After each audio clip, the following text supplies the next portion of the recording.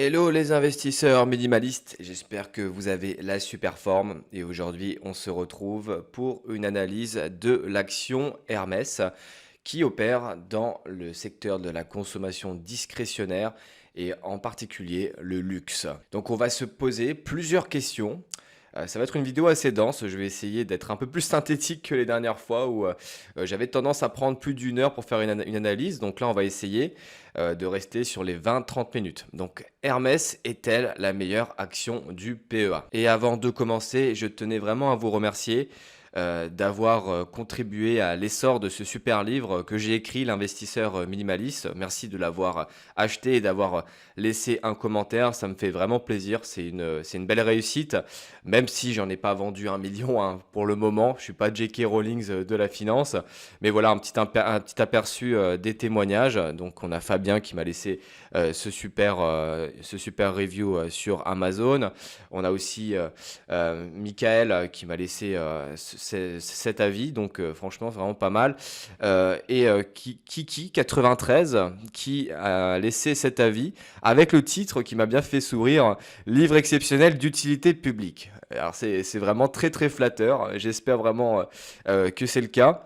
Mais en tout cas, les avis sont vraiment top. Et si vous êtes à la recherche d'un livre qui parle de finance de manière décontractée avec du storytelling et des anecdotes marrantes, eh bien, je ne peux que vous encourager à le commander sur Amazon. Le lien se trouve dans la description. Et comment on va s'organiser cette vidéo? J'ai trouvé important de vous présenter le sommaire pour que vous puissiez voir où est-ce qu'on va. Moi, j'aime bien que ça soit structuré sur les vidéos. Donc, dans un premier temps, nous verrons ensemble le profil de l'entreprise, l'histoire, sans pour autant retracer 200 ans d'existence de Hermès, hein, mais on va vraiment regarder les points clés qu'il a créés, comment est-ce que cette idée, cette entreprise est née, les produits aussi, les produits très importants que commercialise l'entreprise. Ça nous permet de voir comment elle gagne de l'argent et comment est-ce que nous aussi par la suite on peut en gagner grâce à la bourse. Dans un second temps, on va voir ensemble l'analyse stratégique. L'analyse stratégique, c'est pas de l'analyse financière, hein, c'est-à-dire que on va vraiment regarder si l'entreprise a un avantage compétitif sur son marché. C'est également ce qu'on appelle le moat en anglais. Donc il y a plusieurs composantes dans l'analyse stratégique. On a les barrières à l'entrée. On va se demander si elle est suffisamment protégée contre ses concurrents. Est-ce qu'elle a suffisamment de douves qui empêchent les acteurs de pénétrer le marché? La fixation des prix, on va se demander est-ce qu'elle peut fixer ses prix librement? Est-ce qu'elle peut décider d'augmenter le prix de ses sacs de 300% sur un an? Très important, hein, c'est ce qu'arrive à faire Ferrari et ça se répercute sur son cours de bourse. Ensuite, le coût de transfert pour le client. Est-ce que c'est simple pour un client d'Hermès d'aller voir la concurrence? Est-ce qu'il doit payer quelque chose? Est-ce qu'il y a des choses qui pourraient l'empêcher de se barrer chez la concurrence? Ça, c'est quelque chose qui est très important. Et le coût de transfert, on le retrouve notamment chez Apple, où les clients sont un peu pieds et mains liés avec les produits Apple, tant les produits sont interdépendants les uns avec les autres, hein, donc les Apple Watch, les MacBook, les iPhones, ça fonctionne ensemble avec un même système de stockage, de cloud, donc c'est extrêmement compliqué pour les clients d'Apple d'aller changer tranquillou et de se positionner, d'acheter un Samsung par exemple. Et ensuite, on verra ensemble la concurrence, l'intensité concurrentielle. Est-ce que Hermès a beaucoup de concurrence sur son marché? Est-ce qu'elle peut être menacée à l'avenir? Donc plein de questions comme ça qu'on va se poser, c'est vraiment de l'analyse qualitative. C'est pas évident, mais il y a des petites astuces qu'on va pouvoir voir ensemble. Dans la troisième partie, on va faire ensemble l'analyse financière. Moi, c'est ce que je préfère, hein, franchement. J'adore analyser les chiffres, superposer des courbes. Franchement, c'est vraiment quelque chose que j'adore. Peut-être que c'est parce que j'ai fait mes études là-dedans. Mais dans cette partie, on va vraiment regarder le compte de résultat, le cash flow, le bilan, l'évolution du dividende avec son rendement, son évolution depuis la création de Hermès, son augmentation également. C'est ce qui nous permet de gagner beaucoup d'argent à long terme. Et enfin, on va parler des ratios d'efficacité comme la marge d'exploitation, la marge nette et de l'endettement. Voir si c'est une entreprise endettée qui a des long-term debt, enfin des dettes long terme importantes. C'est des choses vraiment qui sont cruciales à regarder pour s'assurer de la pérennité de l'entreprise. Et pour terminer, nous ferons une analyse boursière de Hermès. On va regarder ses perspectives de gains, son historique de gains aussi sur les 10 dernières années. Mais ce qu'on va se demander surtout, c'est est-ce que cela sert à quelque chose de se positionner sur Hermès, d'acheter une des actions individuelles de Hermès? Parce que je le rappelle, quand on fait du stock picking, l'objectif, c'est d'avoir soit une performance plus élevée que les indices, donc là en l'occurrence c'est le CAC 40, mais on va aussi la comparer avec le S&P 500, ou bien un autre intérêt du stock picking, c'est de se constituer un portefeuille à dividendes pour générer des revenus passifs afin de voilà, subvenir à nos besoins courants. Donc c'est vraiment ces deux raisons pour lesquelles on va se positionner sur des actions individuelles. Et la dernière composante de l'analyse boursière, on va se demander est-ce que le prix est raisonnable. Donc il y a certains ratios qu'on va utiliser pour voir s'il est intéressant de se positionner aujourd'hui ou dans un avenir plus ou moins proche. L'histoire de Hermès, donc on va voir ensemble comment ça a été créé, quel est son fondateur. On va pas passer 35 ans dessus non plus, parce que ce qui nous intéresse vraiment, c'est l'analyse stratégique, boursière et financière de l'entreprise. Mais un petit résumé, donc Hermès a été créé en 1837 par Thierry Hermès. Ça commence à dater, on a quasiment 200 ans d'existence de la société. Voilà à quoi il ressemble, monsieur Thierry Hermès. Il ressemble un peu à The Penguin, joué par Colin Farrell. Donc c'est la nouvelle série dans l'univers Batman qui est sortie sur OCS, je crois, ou sur HBO, pardon. Dites-moi ce que vous en pensez. Moi, je trouve qu'il y a un petit air de ressemblance avec lui. Et à l'origine, Hermès, c'est une manufacture de harnais et de selles. Je ne le savais pas, je pensais que c'était des vêtements justement. Comme quoi ils ont su changer de secteur stratégique et se concentrer là où ça marche, dans le narcissisme. Et là, vous avez à l'écran une des premières pubs d'Hermès qui a été faite, à mon avis, donc on n'a pas la date sur la photo, mais qui a été faite après les années 1900 pour avoir cette qualité d'impression. Je ne pense pas que ça a été fait dans les années 1800. Donc là, on a les premiers produits d'Hermès qui se positionnent déjà qui visent une clientèle aisée. Donc là, on a des clubs de golf. On a aussi des sacs en cuir avec des vêtements. Donc très intéressant de voir cela. Et cette histoire de manufacture, de harnais et de selles, ça explique le logo de Hermès. Vous pouvez voir le cheval avec la diligence. C'est pour ça qu'on a ce petit logo avec Hermès Paris juste en dessous. Intéressons-nous maintenant aux produits commercialisés par Hermès, composante absolument essentielle pour comprendre le business et voir comment elle arrive à gagner sa vie et in fine à rémunérer ses actionnaires grâce à l'augmentation du cours de bourse et les dividendes. Et les produits sont assez simples à comprendre. Là, on va pas analyser une entreprise biotech où on comprend un mot sur deux dans les rapports financiers. Ce sont des sacs et en particulier un modèle bien précis qui se vend énormément. Ce sont les sacs Birkins, en référence à l'actrice Jane Birkins, une londonienne qui est malheureusement décédée en 2023. Donc voilà à quoi ressemblent les sacs. Donc c'est quelque chose, voilà, moi franchement ça me touche pas plus que ça. Ça ne m'intéresse absolument pas. Je pense que dans la jante féminine, parmi la jante féminine, eh bien il y a un gros intérêt pour ça. Mais ce sac a été créé parce que l'actrice avait besoin de quelque chose de fashion et comment dire d'utile qui permet justement de ranger ses affaires correctement. Donc elle a sollicité Monsieur Hermès et ils ont fait une sorte de collab ensemble et c'est de là qu'est né ce sac Birkins. Donc on va regarder juste combien est-ce que ça coûte un sac comme ça. On va regarder, j'ai mis un petit lien hypertexte. Donc un sac Birkins, ça coûte combien? 19 000 € en occasion. Bon là c'est sur le bon coin. Je n'achèterai pas de sac Hermès sur le bon coin, mais 19 000 € tout de même. On en a un autre ici à 41 000 €. Donc c'est quasiment le patrimoine financier que j'ai en bourse, les amis. Putain, je suis encore pauvre en fait. On peut descendre encore. Il y en a certains à 76 000. Donc là, c'est pas. Ah si, c'est aussi un Birkins. Un Birkins lézard. Alors celui-là, je le trouve absolument dégueulasse. Et là, c'est quoi ce truc là? Un sac Hermès mangeoire Ah oui, ça pourrait être pas mal pour mettre les balles de tennis pour mes cours, hein, franchement, ouais. Le jour où mon business va vraiment exploser, pourquoi pas le sac Hermès mangeoire. Tout ça pour dire qu'on est sur des prix vraiment très très élevés. On a un pouvoir de fixation des prix important chez Hermès, avec des sacs voilà, qui peuvent atteindre les 68 000. Et le sac le plus cher, c'est le Faubourg Birkin, qui coûte seulement 397 000 euros. Donc ce sac a la particularité déjà de coûter extrêmement cher, mais il est fabriqué en édition limitée. Il y en a 1 à 2 par an qui sortent des usines Hermès. Voilà à quoi il ressemble. Bon, je vois pas vraiment de différence par rapport aux autres sacs qui justifieraient un tel écart de prix. Et voilà, on est sur le prix d'une belle maison. Du moins là où j'habite, hein, ça coûte environ 400 000 euros, une maison de 150 mètres carrés. C'est déjà très cher. Mais voilà, un sac à 400 000, je pense qu'il y a une meilleure dépense à faire, de meilleurs investissements à faire. Après, c'est comme tout. Pour une personne qui gagne 10 millions, 50 millions, 100 millions, le prix du sac est assez anecdotique au vu de son patrimoine, hein. Donc, toujours faire ce petit calcul, ce petit ratio en fonction de votre patrimoine financier, ce que vous pouvez vous permettre d'acheter. Il n'y a pas de mal à se faire plaisir, mais il faut que cela représente une part, une faible part de votre patrimoine financier. Ensuite, le mix produit, c'est-à-dire on va se poser la question, quels sont les produits les plus représentés dans le catalogue Hermès et quelles sont les zones géographiques où elle vend le plus de sacs, notamment vu que c'est le premier produit vendu par la maison.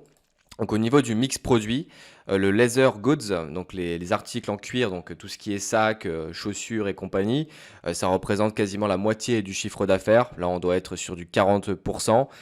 Ensuite, on a le clothing and accessories, donc là les pantalons, les blazers Hermès notamment. Et après, toutes les autres composantes du chiffre d'affaires, eh bien c'est over Hermès Trade. Je ne sais pas exactement ce que c'est. On a des articles en soie. Je pense que c'est de la soie qu'on peut acheter directement et qu'on peut broder par la suite. Le segment monte, watch marketing, ça représente 3-4% du chiffre d'affaires. Mais ce qui est important de voir, c'est que la majorité du chiffre d'affaires provient des articles en cuir, donc des sacs, des chaussures, et vraiment tout ce qui est très onéreux pour le portefeuille. Concernant la répartition du chiffre d'affaires, on a une énorme pondération, une énorme concentration en Asie, sans compter le Japon. Donc là, ça concerne exclusivement, je pense, la Chine, peut-être Hong Kong et Singapour. Quasiment la moitié du chiffre d'affaires est réalisé dans ces zones-là. C'est quelque chose qui est assez dangereux, parce que moi j'aime bien avoir une bonne répartition du chiffre d'affaires dans l'intégralité du globe. Par exemple, 25% aux États-Unis, 25% en Europe, 25% en Asie et 25% dans d'autres pays. Et là, c'est assez dangereux, c'est-à-dire qu'on est sujet aux aléas économiques de la Chine, des pays asiatiques. Donc, quand la croissance chinoise ralentit, on a aussi une baisse des ventes au niveau des produits de luxe, comme c'est le cas pour LVMH en ce moment. Ensuite, on doit avoir 15-20% du chiffre d'affaires réalisé aux États-Unis.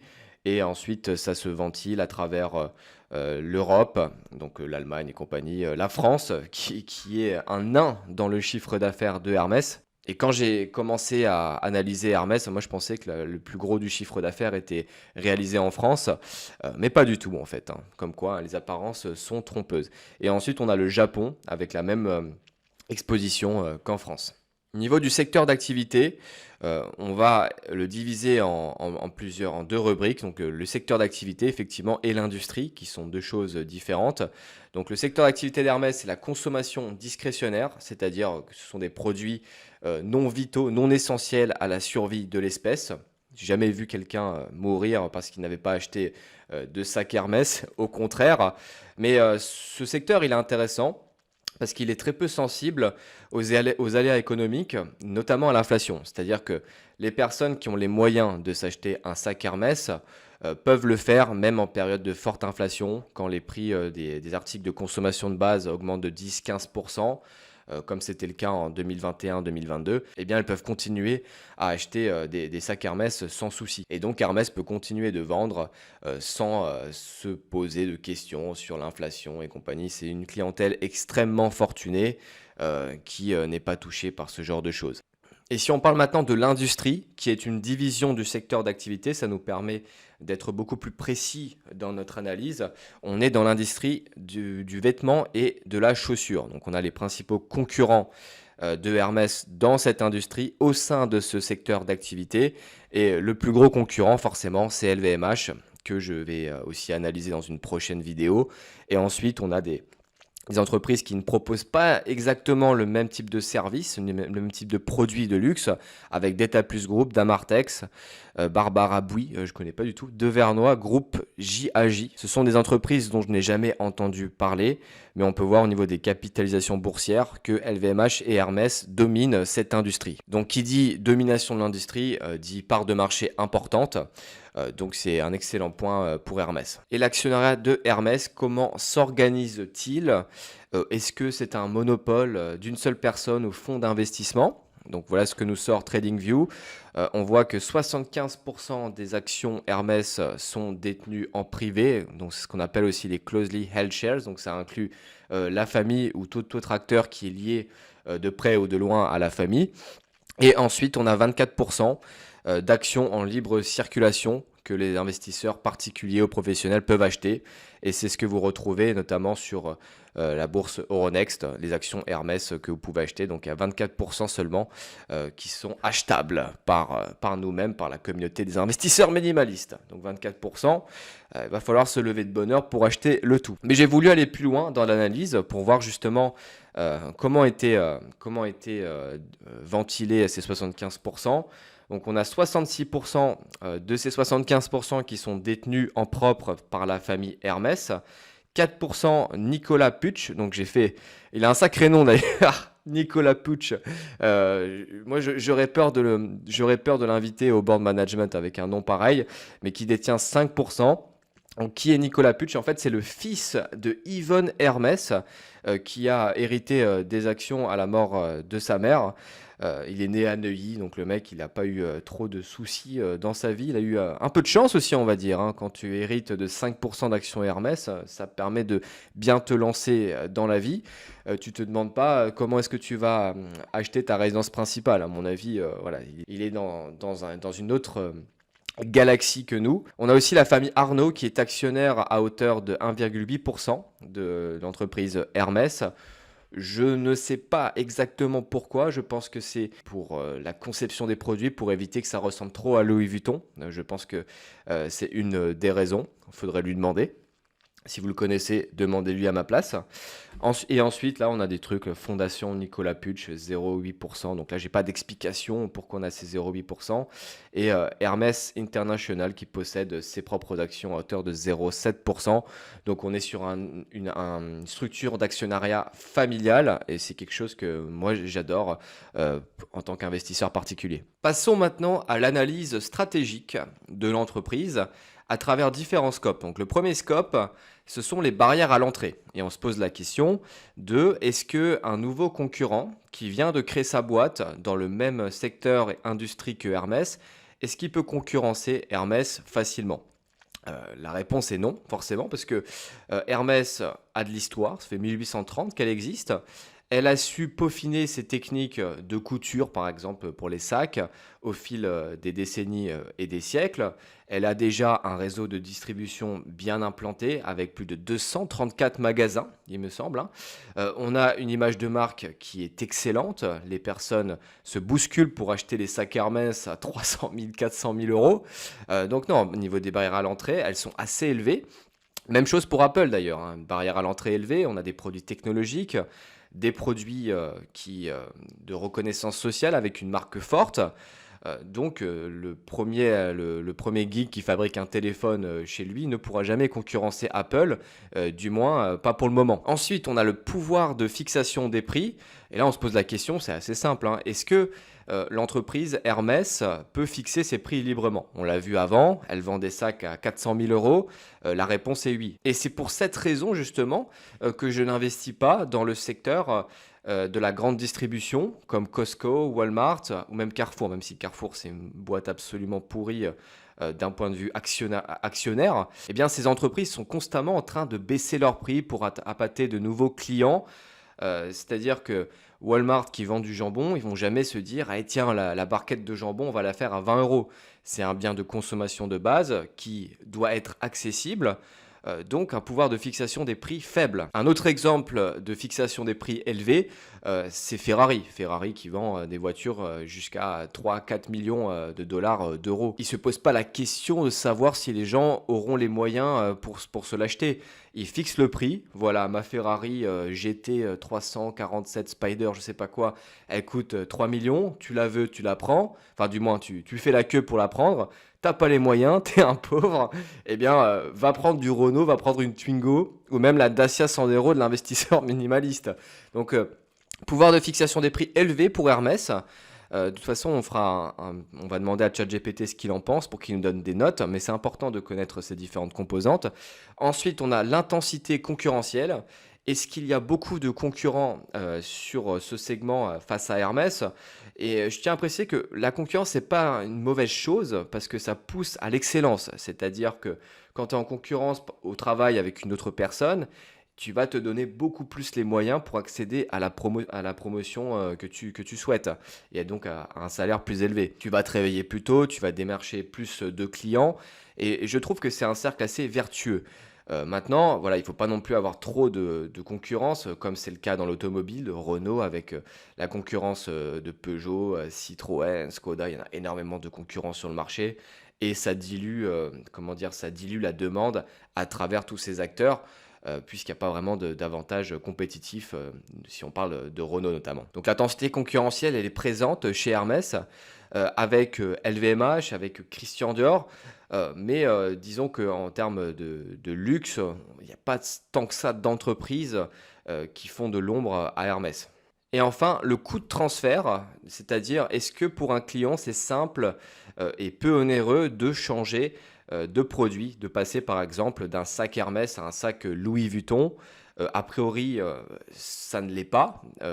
Voilà, il n'y a pas de. C'est pas aussi compliqué que de changer un CRM au sein d'une entreprise. Par exemple, si tu as une boîte et que tes données, tu les stockes sur le cloud Azure de Microsoft, tu veux changer de cloud, eh bien ça va être une usine à gaz pas possible. Donc là, le coût de transfert est élevé pour le client. Maintenant, pour les clients d'Hermès, j'aurais tendance à dire que non, c'est un problème, mais on a quand même cet attachement à la marque par son histoire et par ses produits aussi. Donc le coût de transfert, on va voir ce que nous dit ChatGPT, mais je pense qu'on doit être sur une note sur 20, on doit être à 12, 13 sur 20, quelque chose comme ça. Donc regardons maintenant ce que nous dit ChatGPT en fonction de toutes les rubriques, tous les critères d'analyse stratégique qu'on a évoqués.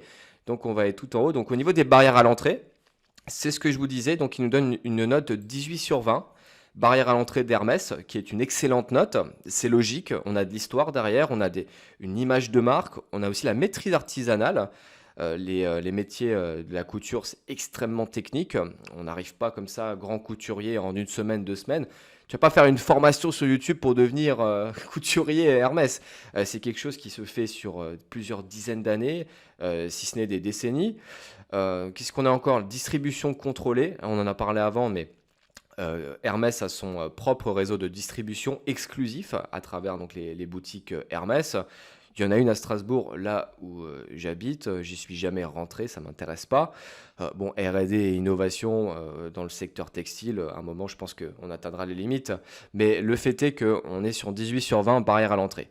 Ensuite, le pouvoir des fixations des prix. ChatGPT nous donne une note de 19 sur 20 que je partage, avec laquelle je suis entièrement d'accord. Là, il y a des choses très intéressantes que je vais vous lire tout de même. Élasticité de la demande quasi nulle. Donc, les clients d'Hermès sont peu sensibles aux variations de prix car les produits sont des symboles de statut social plus que des biens utilitaires. Cela permet à la marque d'augmenter ses prix sans affecter significativement la demande, sans compter que les gens qui peuvent se payer des sacs Hermès ne sont pas sensibles à ces questions d'inflation, de chômage et compagnie. Voilà, 100 000 euros à mettre dans un sac pour un multimillionnaire, multimilliardaire, c'est rien du tout, c'est comme acheter une baguette de pain. Ensuite, l'offre contrôlée, on en a parlé aussi avant. Hermès commercialise des sacs, notamment les sacs Birkin en édition limitée, ce qui lui permet d'augmenter très largement ses prix. On a vu, certains sacs coûtent 400 000 euros. Qualité et durabilité. Les produits Hermès sont perçus comme intemporels, très important ça, très important, c'est quelque chose qu'on ne retrouve pas chez Nike et Adidas, et c'est pour cela qu'ils sont obligés de sortir des nouveaux modèles tous les ans. Donc c'est des produits assez intemporels que les gens pourront porter de nombreuses années, donc ils peuvent aussi augmenter leur prix en contrepartie. Donc on a sur 19 sur 20 pouvoir de fixation des prix. Ensuite, troisième critère, le coût de transfert pour le client. Est-ce que c'est simple pour un client d'aller chez la concurrence? Et là, il nous dit quelque chose d'intéressant.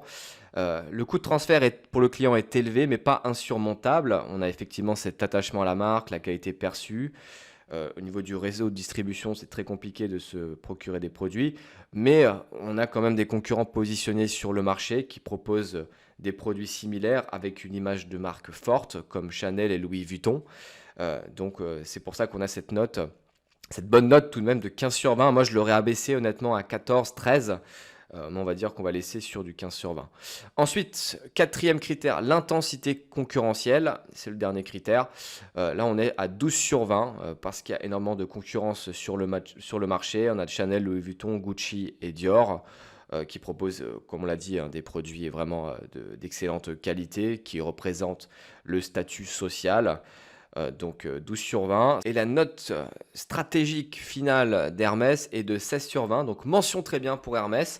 Et maintenant, il va falloir qu'on affirme ce critère avec l'analyse financière, sachant que j'ai fait pas mal d'analyses grâce à ChatGPT, mais quand on est sur des notes stratégiques supérieures à 15 sur 20, les fondamentaux en règle générale suivent. Et enfin, pour terminer, l'analyse financière de l'entreprise. On va également faire l'analyse boursière au même moment. Donc juste un peu après l'analyse financière qu'on fera sur Coifin, on fera l'analyse boursière sur Snowball Analytics pour voir si elle bat les indices ou pas. Mais en termes de durée de la vidéo, je crois qu'on a déjà dépassé les 40 minutes. J'ai vraiment du mal à faire en dessous parce que quand on analyse une boîte, ça prend beaucoup de temps, il y a beaucoup de questions à se poser. Donc dites-moi dans les commentaires si c'est trop long, si c'est pas assez long, pour que j'ajuste un peu les critères d'analyse, que je fasse peut-être plus synthétique les prochaines fois. Donc dites-le moi dans les commentaires les amis. Donc l'analyse financière, qu'est-ce qu'on va regarder? Pas mal de choses, le bilan, c'est-à-dire la situation patrimoniale de l'entreprise, le compte de résultat, c'est-à-dire est-ce qu'elle a réussi à gagner de l'argent, le cash flow, est-ce qu'elle a réussi à générer de la trésorerie, donc de l'argent qu'elle a dans les caisses, est-ce que les marges sont élevées, c'est-à-dire quand elle vend 100, combien est-ce qu'il lui reste à la fin, l'endettement, donc le poids de la dette par rapport aux capitaux propres, quelle est comment dire, la proportion d'actifs court terme par rapport à la dette court terme. C'est des critères aussi intéressants. Le dividende, est-ce qu'il est stable à long terme? Est-ce qu'il augmente? C'est des questions qu'on va se poser, bien évidemment. Et ensuite, les performances boursières pour voir si on peut gagner de l'argent avec Hermès à long terme. Donc, je vous propose qu'on aille sur Coifin, que j'ai découvert à travers un de mes confrères qui s'appelle Thierry, qui l'utilise souvent pour ses analyses. Et je suis allé sur la plateforme. Elle n'est pas si facile que ça à prendre en main, mais ça permet vraiment d'avoir de bons insights et d'avoir tous les critères d'un seul coup, sans être obligé d'aller une fois sur Seeking Alpha, une fois sur Macro Trends, une fois sur FR Investing. Là, on va vraiment avoir tous les critères de l'analyse dans un seul tableau et ça va être assez visuel. Donc, on va regarder Hermès sur Coifin, Hermès International Société en commandite par action. Quant à elle, donc les critères d'investissement.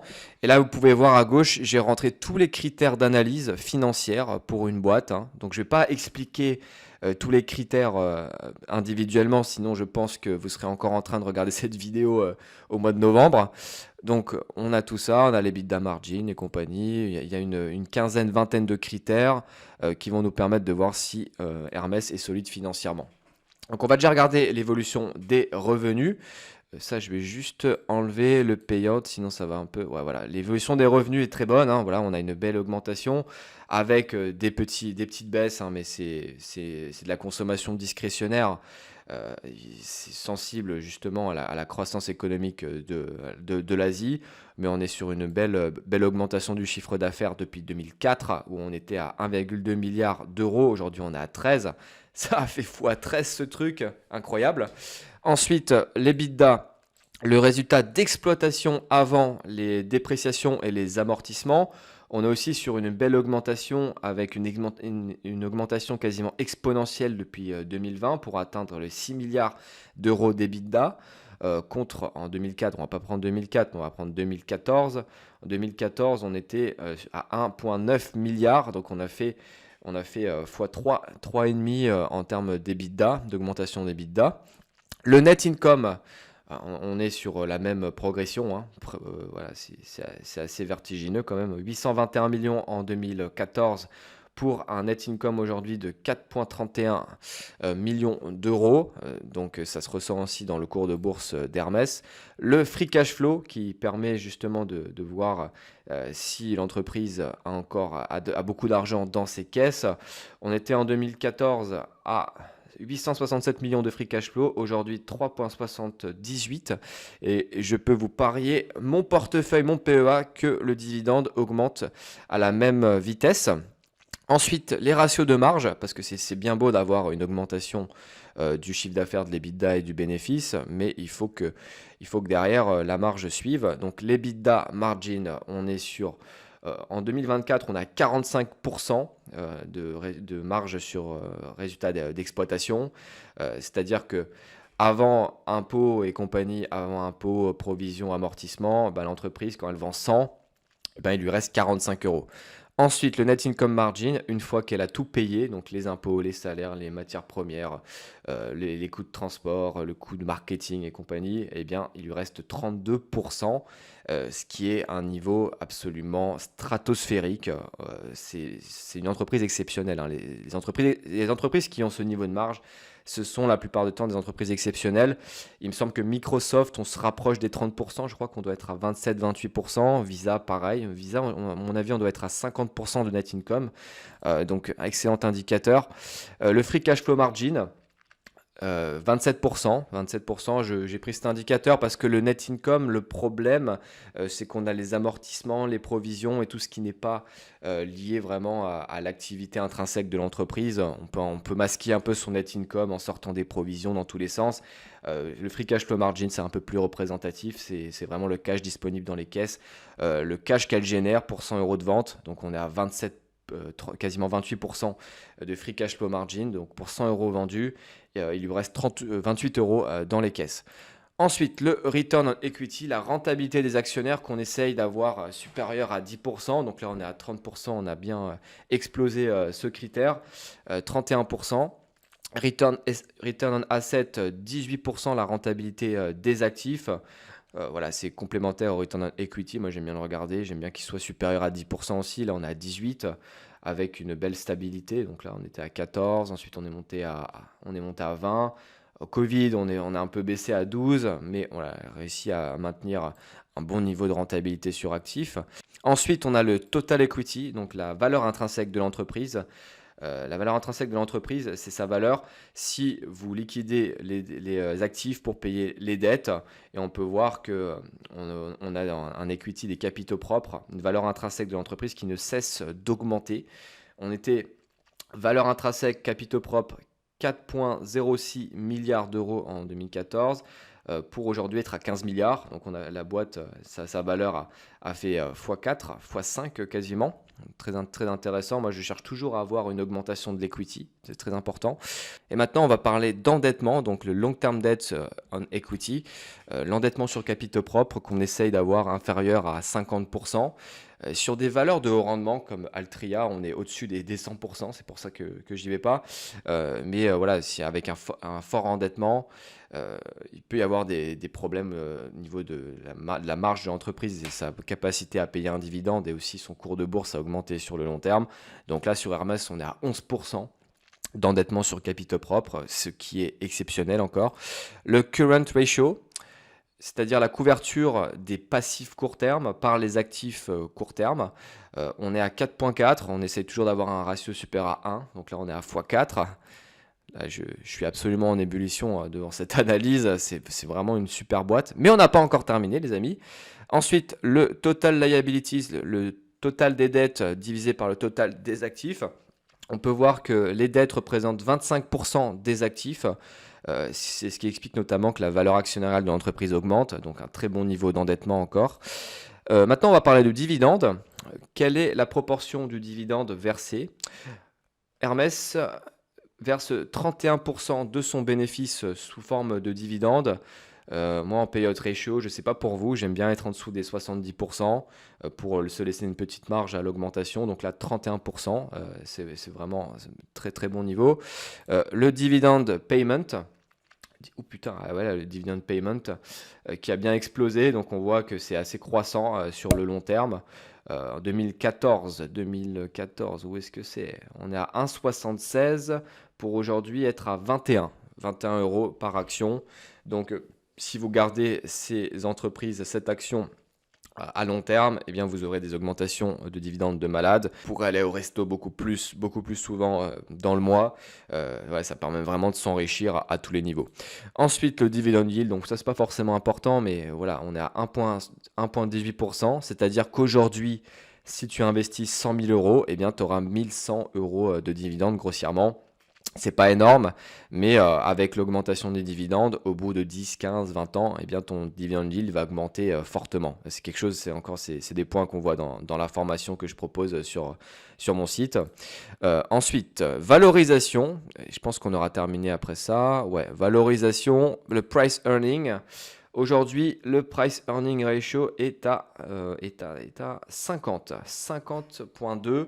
L'entreprise se paye 50 fois les bénéfices. C'est un niveau élevé en raison voilà, de tout ce qu'on a vu, hein, du positionnement stratégique, l'avantage compétitif, les marges élevées, l'endettement faible. 50. Moi, j'irai pas personnellement à 50. J'attendrai que ça baisse à 45, ouais, peut-être 40, sans pour autant attendre voilà, un PER à 20, 30, ça n'arrivera jamais. Mais voilà, on est sur un niveau de valorisation assez élevé. Et on peut voir qu'au cours de l'histoire d'Hermès, on a toujours été là-dessus, hein. C'est-à-dire qu'en 2016, on était à 40, donc là, ça valait effectivement le coup d'y aller. 2020, 2021, on est monté à 76 pour baisser ensuite en 2022 à 43. Donc là, ça valait le coup de rentrer. Mais rentrer, voilà, c'est toujours assez risqué, mais quand vous rentrez à des niveaux de valorisation intéressants, il ne faut pas mettre 500 euros, quoi. De toute façon, tu ne peux pas mettre 500 euros. L'action coûte aujourd'hui 2100 euros et tu ne peux pas acheter de fraction d'action dans ton PEA. Mais il faut y aller à coût de 30-40 000 euros, hein. C'est un peu ça le problème du stock picking. Il faut avoir de grosses sommes pour rentrer d'un coup et profiter des opportunités. Ensuite, le price to free cash flow, un peu plus fidèle que le PER, parce que ça ne prend pas en compte l'amortissement et les dépréciations. On est à 57, l'entreprise paye 57 fois les free cash flow. Voilà, c'est un niveau qui est stratosphérique aussi, hein, c'est pour cette raison que je ne me positionne pas. En 2022, on était à 33. Donc là, effectivement, il y avait un petit billet à mettre dessus. Et ensuite, il y a quelques petits critères. On ne va pas tous les regarder ensemble, mais on peut regarder le rachat d'actions. Est-ce que Hermès rachète ses actions?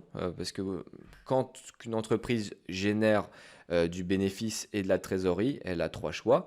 Soit elle le garde en réserve, elle n'en fait rien. Soit elle le reverse aux actionnaires sous forme de dividendes, ou soit elle rachète ses actions. Et quand elle rachète ses actions, bah forcément, il y aura moins d'actions en circulation. Et donc, le cours de l'action va augmenter. Donc ça nous évite en fait de recevoir des dividendes et de les réinvestir nous-mêmes. C'est pas mal du tout. C'est ce que fait Apple, Microsoft et tous les grands de ce monde, on va dire. Donc effectivement, on a un rachat d'actions de Hermès qui est assez, comment dire, qui n'est pas régulier. C'est-à-dire que en 2013, vous pouvez voir, elles n'ont rien acheté du tout. En 2017, elles rachètent 195 millions d'actions. Pour en 2018, on en rachetait que 130. Elle a le mérite de racheter ses actions, mais c'est pas non plus, je pense, dans sa stratégie. Donc on a terminé avec cette analyse financière. Il faut encore qu'on fasse l'analyse boursière. Dites-moi si vous êtes encore là dans les commentaires. Là, je pense que ça fait plus d'une heure que vous regardez. J'espère que ça vous fait kiffer. Mettez-moi le petit nom de code Wawa Buffett. Mettez-moi Wawa Buffett dans les commentaires et ça me permettra de voir si vous avez suivi jusqu'à la fin. Et les autres abonnés vont pas comprendre dans les commentaires, mais mettez-le moi. Pour terminer la vidéo, on va passer à l'analyse boursière de Hermès sur Snowball Analytics, qui est mon partenaire particulier. Ouais, bon, voilà, je suis pas le meilleur chanteur du monde, hein, mais vous appréciez la prise d'initiative, j'espère. Donc on va regarder Hermès. Il me semble que c'est pas ici, donc je vais faire une petite démo de ce qu'on peut faire sur cette plateforme. Vous avez 10% grâce à mon code promo qui est dans la description. Si vous voulez prendre un abonnement sur Snowball, ça peut être pas mal. On va peut-être regarder déjà la note du dividende, que j'aime bien regarder à la fin des analyses financières. Là, encore une fois, l'objectif, c'est que je vous montre ma méthodologie, hein. Je ne vais pas faire une vidéo de 5 minutes, hein. Je peux pas euh, couvrir tous les points qu'on a évoqués ensemble en 5 minutes, ça me paraît très compliqué. Donc Hermès a une note de 80 sur 100, donc considéré comme safe. Voilà, ça concorde avec l'analyse financière qui est quasiment parfaite, à part le PER et le price to free cash flow. Mais maintenant, ce qui est intéressant aussi sur Snowball Analytics, c'est de faire des, euh, des backtests et de voir si Hermès a réussi à surperformer déjà son indice de référence, à savoir le CAC 40, et ensuite si elle a réussi à surperformer le S&P 500. Parce que tout est question en fait de coût d'opportunité. Si dans un PEA tu peux acheter le S&P 500 faire 11% par an, et que tu te poses la question d'acheter Hermès, mais qu'elle a 8-9% par an et qu'elle sous-performe le S&P 500, autant aller sur ce qui marche, autant aller sur le S&P 500 et ne pas prendre le risque spécifique de se positionner sur une action individuelle avec tous les petits problèmes qu'il y a, donc rentrer avec des gros montants de cash et surtout avoir une volatilité beaucoup plus élevée. C'est-à-dire que l'action Hermès, sur une séance boursière, elle peut perdre 10-15% sans problème. Donc on va regarder Portfolio Lab, Tools, on va créer une simulation. Donc Hermès International SA, voilà, je pense que c'est le bon. On va mettre qu'on a mis 100% de notre patrimoine dessus. Ne faites absolument pas ça. C'est un exemple fictif, hein, les amis. Backtest. On va commencer le backtest, on va pas prendre un truc trop long, hein, sinon c'est pas très représentatif. On va le prendre depuis 2014 sur 10 ans. Admettons qu'on ait mis 100 000, voilà. Je vous conseille pas de le faire. Il y a des personnes qui le font, il y a des gestionnaires de patrimoine, de fonds d'investissement qui se mettent à 60-70% sur une action individuelle. Mais ne faites pas ça. Essayez d'investir un peu sur des ETF pour diversifier votre portefeuille. On va prendre le benchmark, donc il y a déjà le S&P 500. On va prendre aussi le CAC 40. On ne peut pas en prendre deux, donc on va prendre juste le CAC 40 pour garder. Calculate, on va mettre dividend tax rate, on va mettre les 17,2% du PEA. Bon, on ne peut pas mettre 17,2, on va mettre 17. Regardons ce que cela fait en 10 ans. On voit que Hermès explose, sodomise à sec, pardon pour l'expression, le CAC 40. Donc 100 000 euros investis sur Hermès en 2014 vaudrait aujourd'hui 700 000. Donc autant dire que ta liberté financière est quasiment pliée. Contre 180 000 si tu t'es positionné sur le CAC 40. Voilà, c'est dit et c'est possible de surperformer les indices. Maintenant, on va regarder si elle surperforme le S&P 500, la Rolls-Royce des indices boursiers. On va voir, calculate. Et effectivement, on a une surperformance de 330%. On gagne 330 000 euros de plus. Je ne sais pas ce que vous en pensez, mais moi je valide. Donc on peut voir que les premières années, Hermès c'est en dessous. Voilà, il faut vraiment se positionner longtemps avant de voir les résultats.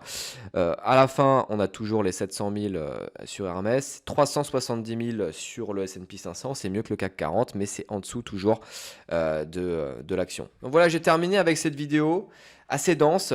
Hermès, en résumé, c'est une entreprise exceptionnelle sur le plan stratégique, financier et boursier. Est-ce qu'on aura les mêmes résultats dans l'avenir? Je ne sais pas. J'aimerais bien savoir, j'aimerais bien vous le dire, mais voilà, je ne sais pas. Je pense qu'on est très bien parti. Tous les critères s'accordent pour dire qu'on aura encore de la croissance à long terme. Maintenant, le seul avertissement que je peux vous donner, c'est de pas rentrer à des multiples trop élevés de valorisation, attendre peut-être que ça passe sous la barre des 50, qu'on a à 45, 40, 45 de PER. C'est difficile à choper, mais c'est quand même possible. Et si vous souhaitez investir, faites-le en ayant déjà un socle passif d'ETF pour vous sécuriser. Et ensuite, la surperformance de Hermès, ce sera que du plus dans votre portefeuille. Et voilà, on a terminé avec l'analyse.